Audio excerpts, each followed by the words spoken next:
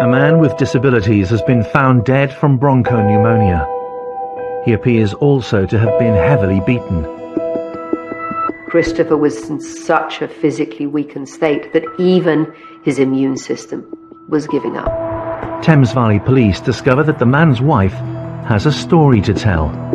It was quite disturbing to watch. And then it did get, I did hit him a bit harder sometimes. Could this be a murder? The evidence of Hannegret Donnelly suggested there were matrimonial issues. What is clear here is that the level of control and the level of abuse made this an almost everyday occurrence. I punched him on his nose severely because I was so angry with him, but he didn't have such a big cut. Experts agree that men and women kill for different reasons and in different ways.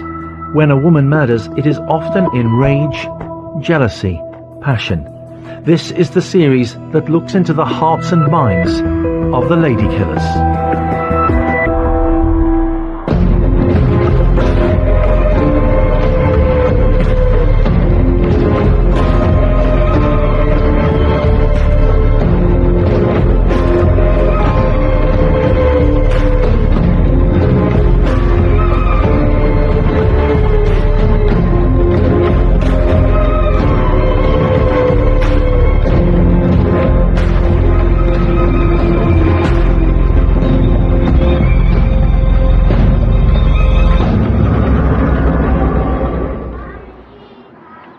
On a sunny March day, 55-year-old music teacher Christopher Donnelly is reported by his wife as dead at their home in Oxfordshire.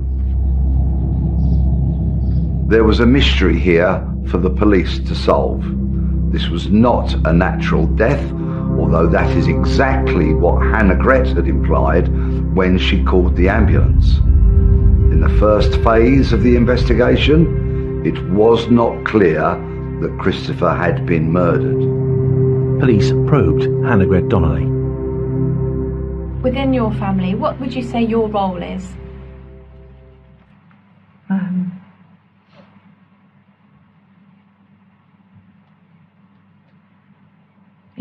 I don't know. I like to know what's going on, I like to be informed as to what is going on. I don't like it when people talk behind my back. Over the coming weeks, evidence would emerge which suggested something very wrong had happened behind the closed doors of an ordinary home on an ordinary street in an English town. The first that the emergency services knew about Christopher's death was when they received a call from Hannegret using her neighbour's phone to say that her husband had died the night before. When they attended, they found Christopher clearly dead on the bathroom floor with a significant number of injuries. Hannegret had called the emergency services from her neighbour's phone. The Donnellys' landline was disconnected. Indeed, what soon emerges is that the Donnelly family, Hannegret, Christopher and their 4 children, had opted out of society. Not having a phone was a lifestyle choice. As she spoke to the ambulance operator, Hannegret told them that Christopher had died the night before after becoming unwell. She claimed to have tried unsuccessfully to revive him. Paramedics en route to the scene did think it unusual that the patient had reportedly died hours earlier. The 999 operator questioned a little bit, saying, when did he die? And she told him it was 12 hours ago, and that she hadn't called in the interim because they were coming to terms with his death. Police and ambulance turned up at the same time. There were wounds over his head and face which looked several days old and had now scabbed over. It was then that the paramedics noted a significant quote. She admitted they had previously had a falling out, and when that happened, she had hit him with a rolling pin. As police made their inquiries, damning evidence began to emerge. She admitted that she had assaulted him at some point in the past, but he had just simply died. All in all, a series of highly abnormal events seem to have taken place. Leaving somebody that at some point you have presumably loved, regardless of what's happened in your relationship, to die on their own on a bathroom floor and not to call the authorities until some 12 hours after life is extinct indicates a lack of any moral fibre, a lack of any compassion. It is not a normal response to somebody's death, and it's one of the most chilling things about this woman.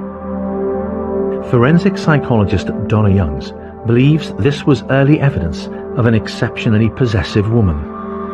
The fact that Hannegret waited 12 hours before calling the police to tell them about his death tells me that even in his death, Christopher remains her possession. What happens to him, even after he's died, is her decision. Police bring the German-born Hannegret in to question her further. She had admitted assaulting Christopher in the past. Was that what had happened here? He tripped over and fell, and he fell against a crate. There was a crate, and the crate got broken, and then he cut himself on the head. Hers was a convoluted series of answers to simple questions. Veteran murder squad detective Peter Blexley believes that the police would quickly have suspected that this was far from an accident. The wounds to Christopher's head had not been caused by falling on a crate. When Christopher Donnelly's body was examined, 78 external injuries were found, and internal injuries, which included a fractured spine and a fractured neck. Even a cursory examination of the body would have clearly revealed evidence of domestic abuse. Forensic examinations were made in the sitting room of the house. Neil Lancaster's job in the Metropolitan Police was to keep an eye on criminals, to trace their every step when needed. There was a number of crucial findings within the home which actually did point towards this being a long-running systemic abuse. There was blood spatters found on the ceiling, there was blood found on the walls and blood found on furniture, which clearly indicated this isn't just somebody who's got ill and died. This is someone who's been violently assaulted on a number of occasions. The blood spatters were analysed and discovered that they undoubtedly came from repeated injuries where Christopher had been hit with a blunt object. So the extent of those blood spatters was further evidence of systemic abuse over a long period of time. The key question which emerged was this. Christopher's death officially was from bronchopneumonia, but was that death hastened by violence meted out to him by his wife? And if so, was this a murder case? Donnelly gave what she thought was a completely rational reason for hitting Christopher. Her husband had fallen into a trance. Hitting him with a rolling pin was her way of getting him to snap out of it. I did hit him a bit harder sometimes, and then but as I said, it wasn't that he sort of fell over and lost consciousness. Claire McIntosh is a former police detective, now a crime writer. Hannegret claimed that frequently the abuse was due to some desire to bring him out of what she called a trance, that he would be in a state where he wasn't listening, and she would want to revive him from that.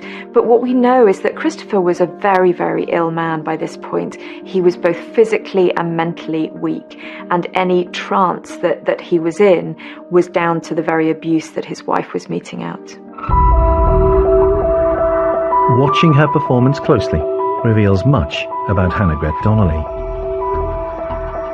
What I see here is somebody whose body language is very much at odds with the words coming out of her mouth. She's used to providing a believable, rational, reasonable, almost professional account of what happened. What was the real cause of Christopher Donnelly's death? Bronchopneumonia or years of beatings at the hands of his wife? Perhaps both. Was this a case of a lady who had killed?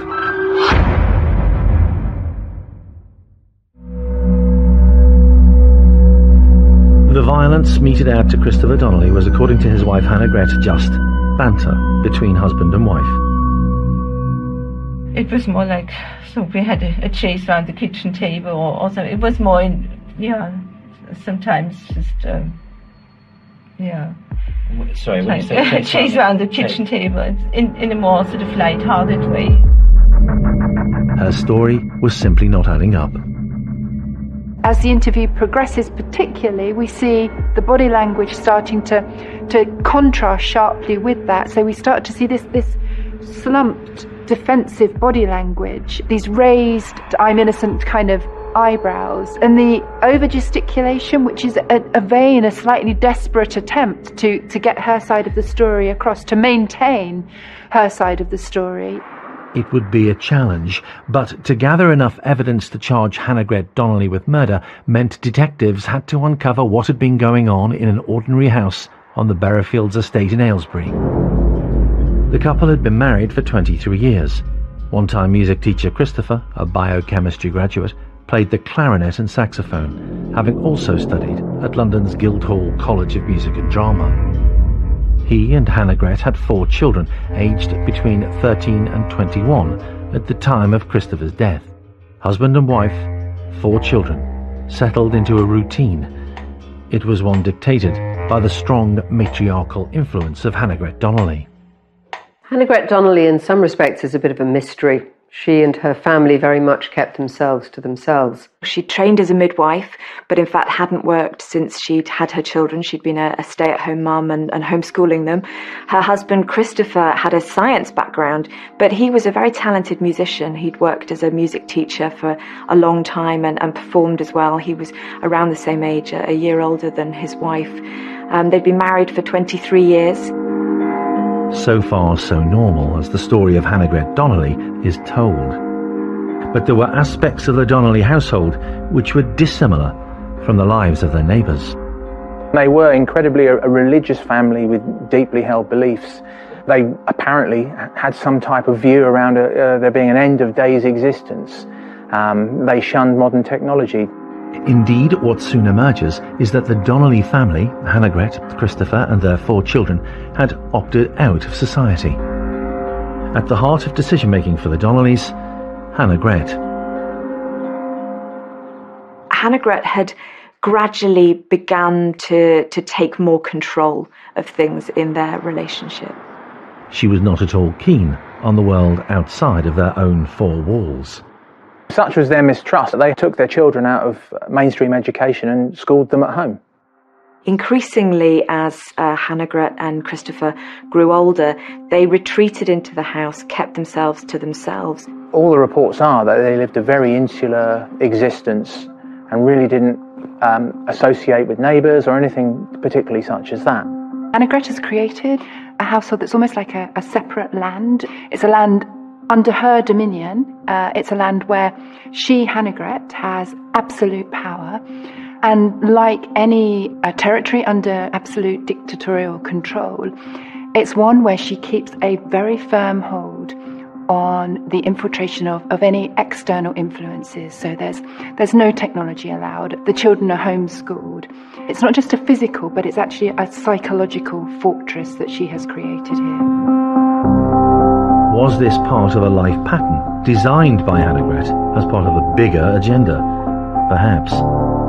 Experts agree that isolation is a tried and trusted technique used by abusers to gain greater power over their vulnerable victims.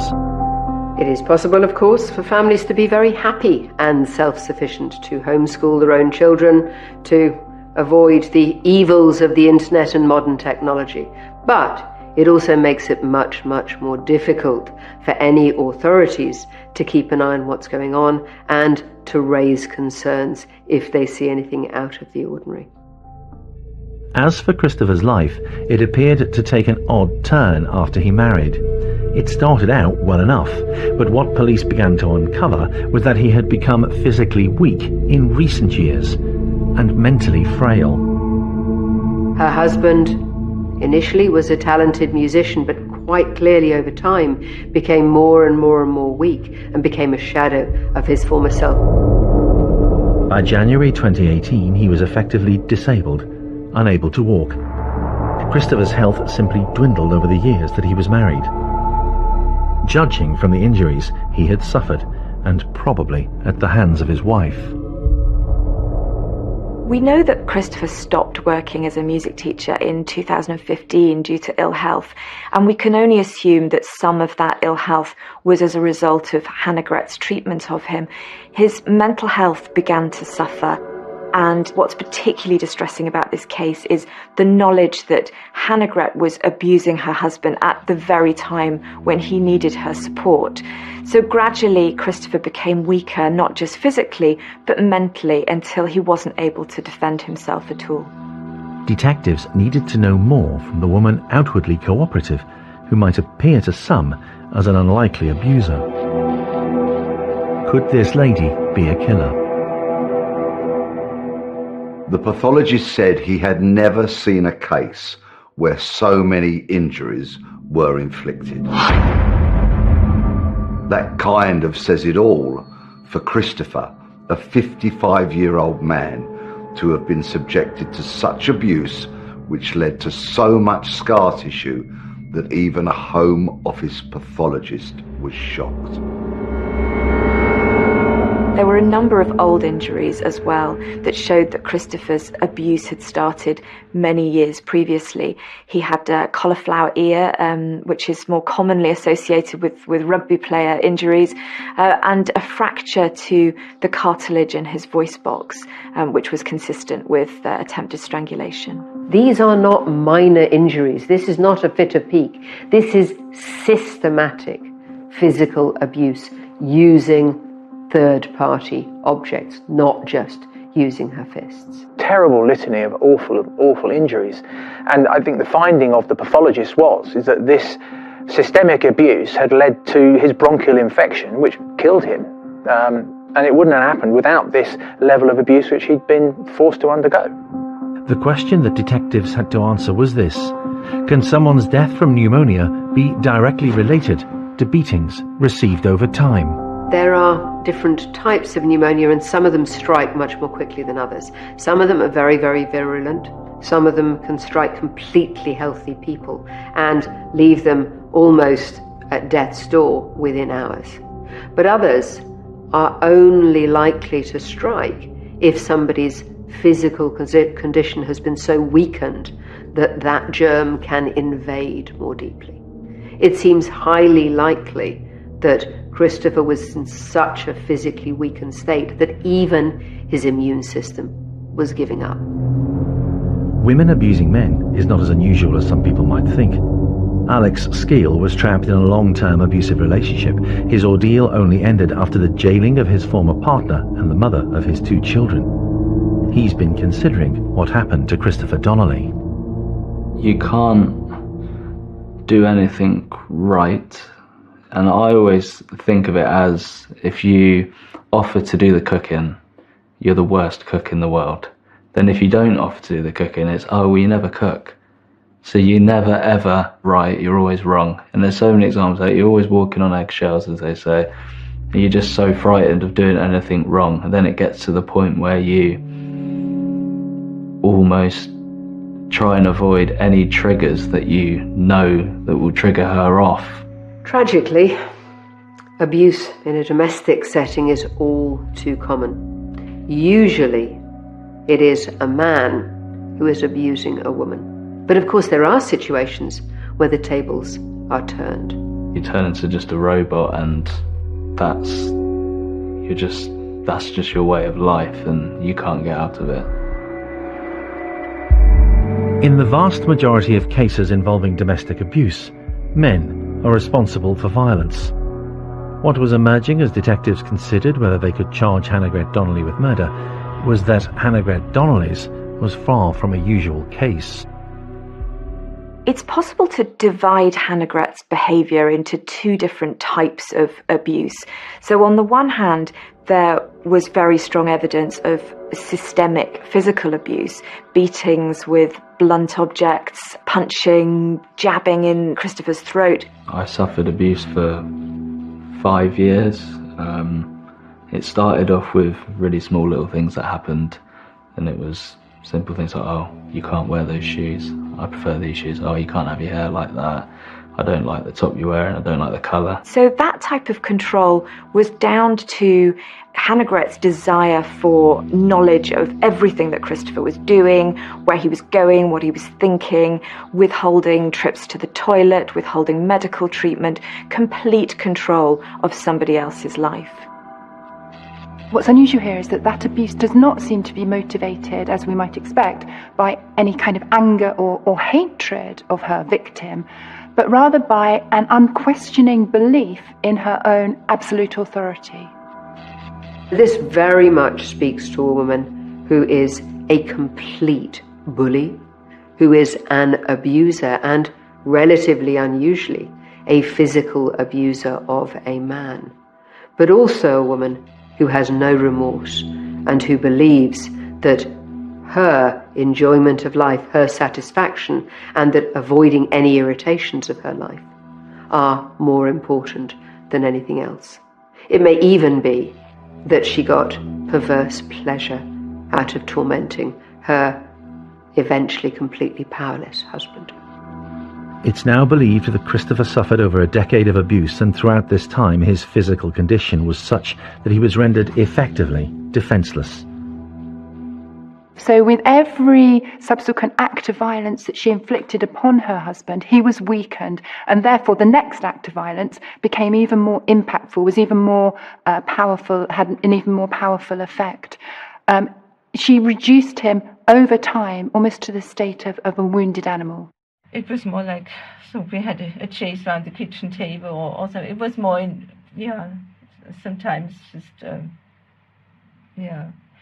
Sorry, when you say chase around the kitchen table, in a more sort of light-hearted way. The picture detectives were forming was of a living hell for a man hidden in plain sight from those who would pass the Donnelly home every day. Christopher beaten, scolded, trapped. Alex Skeel knows the feeling. Yeah, you just don't want to leave because you fear that possibly something could happen to the children. She even threatened to kill me if I tried to leave, but you're just stuck. Goings on inside the Donnelly family were truly horrific, as police were finding out.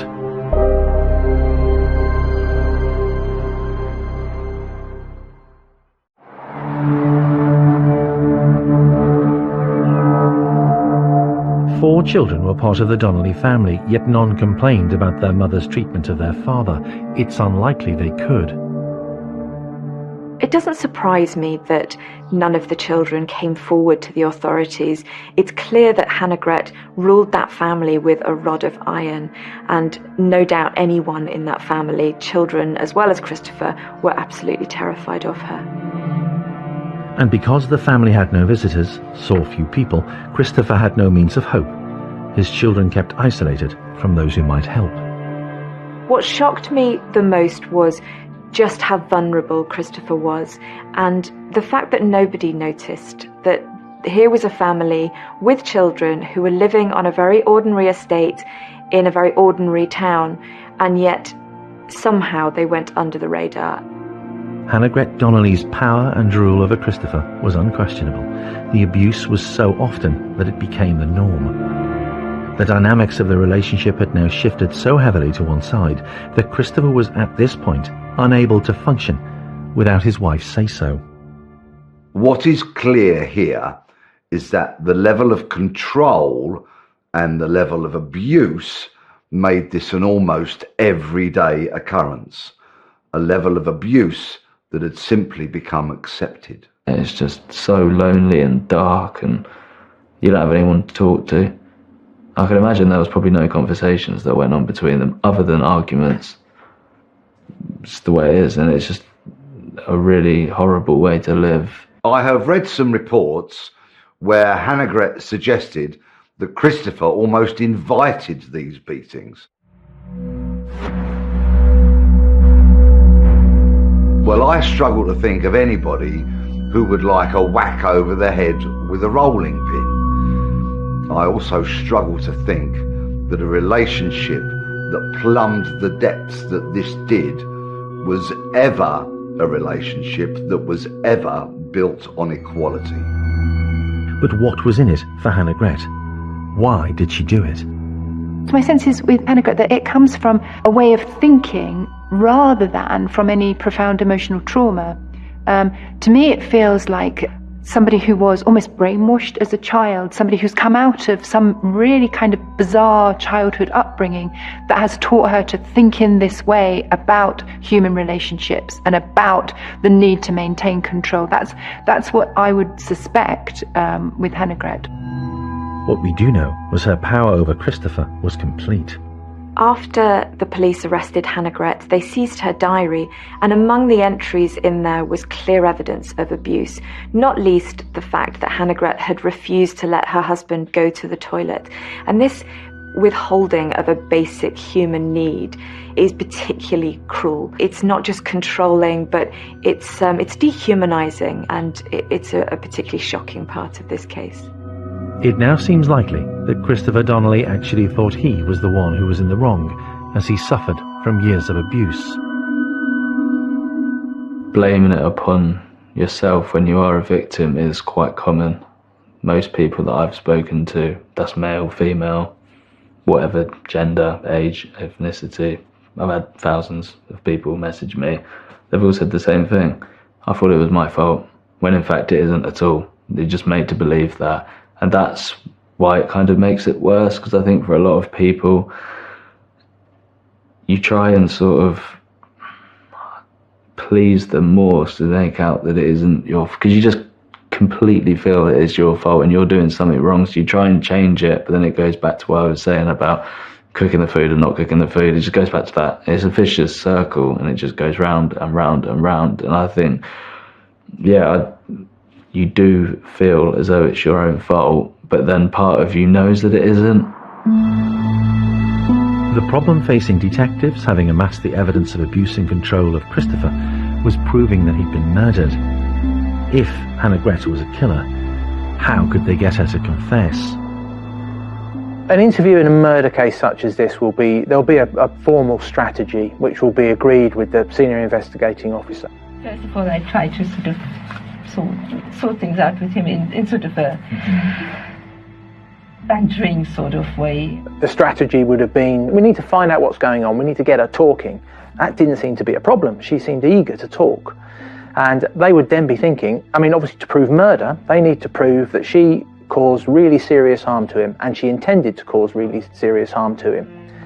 That would then prove murder, bearing in mind he's dead, if they can prove that she inflicted the injury upon him that resulted in his death. During the police interviews, what becomes quickly apparent is to a person like Hannegret, violence and assault is something that is a perfectly acceptable tool to reinforce her dominance. Yeah, I did hit him a bit harder sometimes. Hannegret Donnelly's police interviews are truly chilling. I don't think I've ever heard a criminal talk in such a dispassionate way about such a horrific crime. As I said, it wasn't that he sort of fell over and lost consciousness. She dismisses her actions as banter and as normal behaviour in a relationship, and really shows no sign of compassion or love for the man that she's killed. It was more like, so we had a chase around the kitchen table or something. It was more sometimes just, Sorry, when you say chase around the kitchen table in a more sort of light-hearted way. It was quite disturbing to watch. She was incredibly calm, not visibly distressed, and almost matter-of-fact she actually described what had happened at the house in almost a forensic level of detail. She would almost talk about that there would be banter between them while she was assaulting him. It was an incredibly cavalier view of what was a terrible systemic level of violence towards her husband. She came across as incredibly cold and detached from what must have been an entirely horrific situation. I like to know what's going on, It sounds very much as if this woman was paranoid. To be informed as to what is going on. I don't like like when people talk behind my back. She was absolutely determined to be in control at all times, and she didn't like any secrets going on. Now, that paranoia might have meant that she felt that people were scheming behind her back. Heaven knows they had reason to try and scheme and get away. So it was all part of this idea of keeping control. This was clearly a woman who was terrified of losing control. I get upset when I feel that there's some sort of things going on that I'm not told about. That's why she had to keep her family near her. She kept them under her thumb inside the home. Now that would mean that they wouldn't feel they had anywhere they could go and speak freely, anywhere that they could be themselves. And of course, anybody that they could turn to for help. I've met lots of criminals over the course of my police career, and I've researched even more as a result of my crime writing years. I don't think I've ever come across such a terrifying figure as Hannegret Donnelly. The lack of compassion and the extent of her abuse is truly horrific. And arguably, if I wrote a character that bad, I'm not sure anyone would believe that she could exist. The challenge facing detectives was to get Hannegret Donnelly to confess. What was her body language saying to them as they asked her to explain her husband's death? Does that mean he's fallen down pretty much the whole flight of stairs? No. As I said, he It's an interesting gradual evolution of recognition that she just might have done something wrong. She fell against the crate. There was a crate, and the crate got broken, and then he cut himself. What does Hannegret Donnelly's body language say during her interviews with police in connection with the death of her husband Christopher? Expert forensic psychologist Dolly Youngs watched the interview as Donnelly simply tries to explain away how she treated him before hitting him with a rolling pin. First of all, I tried to sort of sort things out with him in sort of a bantering sort of way. Donnelly freely admitted hitting Christopher. I punched him on his nose severely because I was so angry with him, but he didn't have such a big cut. He had just a small cut. Do you feel that hitting him over the head with a rolling pin, with a hairbrush, using your hands and fists, is a appropriate reaction to him acting in that way, being in his strange moods? It's more like this, helping him to come out of some sort of peculiar trance. Just how uncomfortable she's starting to feel, we can see in the way that she clenches her hands together as if trying to give herself some kind of reassurance. But if you're on the landing, and there's the mystified shaking of the head. does that mean he's fallen down pretty much the whole flight of stairs? No. As I said, he walked. It's an interesting gradual I pushed him on the back, and he walked a bit evolution faster, and then of recognition that she just might have done something wrong over the progress of the interview for me, that is revealed in the body language becoming a bit more marked. I mean, here we have her sitting just with her hands on her lap, almost like a school child being reprimanded in a headmaster's office. These times that you've hit him, they weren't a result of him being violent to you? No. During the interviews, the detectives tried to establish whether Hannegret felt she was justified in doing what she did. She did not. Within your family, what would you say your role is?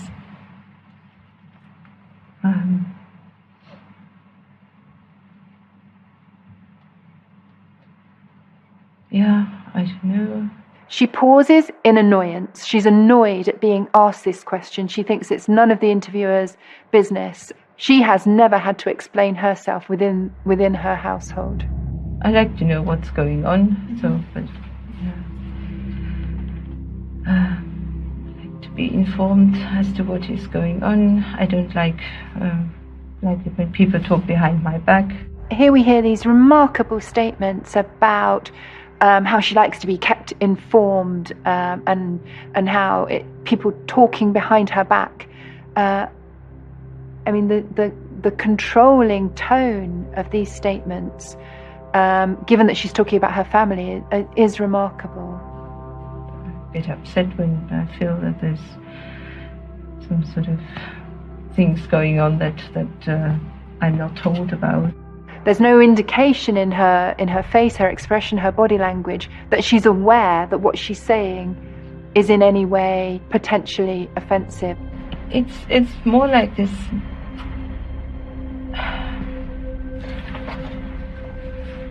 helping him to come out of some sort of peculiar I can't say it's a trance, but it's sort of peculiar, feeling strangely, I don't know. This is very interesting, where for a moment she gives up. For just a moment, she's exhausted by the questions. This is the first flicker of recognition to herself that she's guilty, but also that she may be being seen as guilty by the interviewer, that she may have lost her hold on control. The use of the word trance by Donnelly may have some element of truth behind it, again, because of Christopher's condition. Bronchopneumonia can cause a wide variety of symptoms, but of course it can have an impact on your mental state, because if you're lacking oxygen to the brain and if you have germs flooding around your body, you can feel lightheaded, you can feel dizzy, you can feel confused, and it's entirely possible that your level of consciousness would drop so that you would enter what his wife described as a, quote, trance-like state. No normal wife would dream of dealing with that by hitting him with the rolling pin to knock it out of him. But that is what she did, whether or not she was prepared to admit it. Yeah, there's a lot of pride in the general body language here. There's a refusal to alter her expression, whatever the interviewer throws at her. The expression is just maintained throughout. There's no natural response, and that's an indication of a lot of pride in the personality. Hannegret had clearly lost touch with any shred of common decency. She would beat Christopher if he didn't answer a question quickly enough, or if she felt he was in some kind of trance. She was evil. She terrified him, and she ran that house through fear and intimidation. One can only imagine what horrors the children may have seen or heard. I feel sorry for him, but again, I just feel I know how he was feeling at that time. Like, I knew that my body was shutting down and I was waiting to die. I just thought, well, the next time I get stabbed, the next time I get hit, it's going to be in the wrong place, or the knife's going to go a little bit deeper or go in the wrong way, and eventually my body will shut down and I can completely, I don't know, I'm uncomfortable thinking about it. Dehumanizing a victim, which is what Donnelly did to Christopher, helped her justify the beatings. So Hannegret is what we call a victim as object murderer, meaning that she doesn't see her victim as fully human, so that actually they're not that relevant to her as an individual in any kind of emotional sense. And the murders in these types of cases can often be the incidental, the consequences simply of her enactment of her absolute control on an object. The murder is often incidental.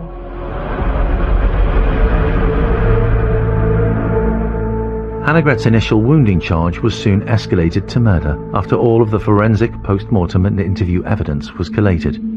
The amount of evidence stacked against Hannegret Donnelly was huge going into trial, but still, she put in a not guilty plea. She also maintained the fact that she never intended to kill her husband. And it was possible that a jury might accept her plea, but they did not. Despite her not guilty plea, she was found unanimously guilty by the jury on the 20th of March 2019 and sentenced to life imprisonment with a minimum term of 16 years.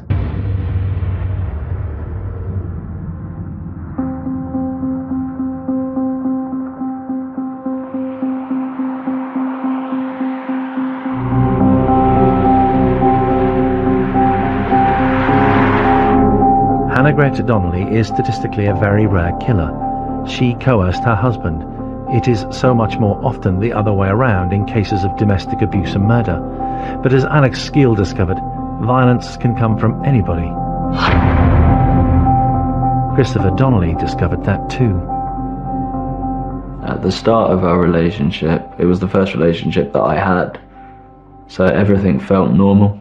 But obviously now I can look back and see things and go, well, that wasn't. But at the time, I was happy. It was nice to sort of tell your mates that you went out at the weekend and just felt normal. But obviously things steadily gets worse and worse and worse and worse and worse. And then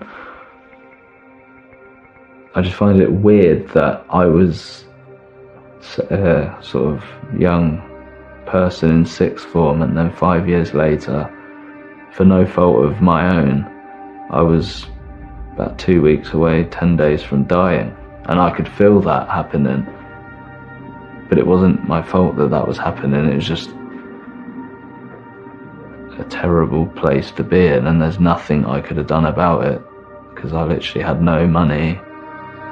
Hannegret Donnelly had beaten her husband, taken complete control over his life and that of her children. She had denied him his self-respect, coercing him into becoming completely submissive, and she had regularly beaten him. It was the degradation and abuse that he suffered which led directly to his physical condition, so that when he contracted pneumonia, his life was on the line, not because of the illness, but because of his wife. It might be easy to assume that the most shocking element of this case is that the offender is a woman. We're perhaps very used to domestic violence being committed by men, but men are victims of domestic violence far too often, and what this case shows is that this is a very real problem that needs to be addressed regardless of the genders of the people involved. Hannegret Donnelly will not be eligible for parole until 2034. Safeguards and support have been put in place for the couple's 4 children. Meanwhile, the neat rows of pleasant houses on the edge of an historic town continue to provide homes for ordinary families, where beatings are rare and where now the community is free from a lady who killed.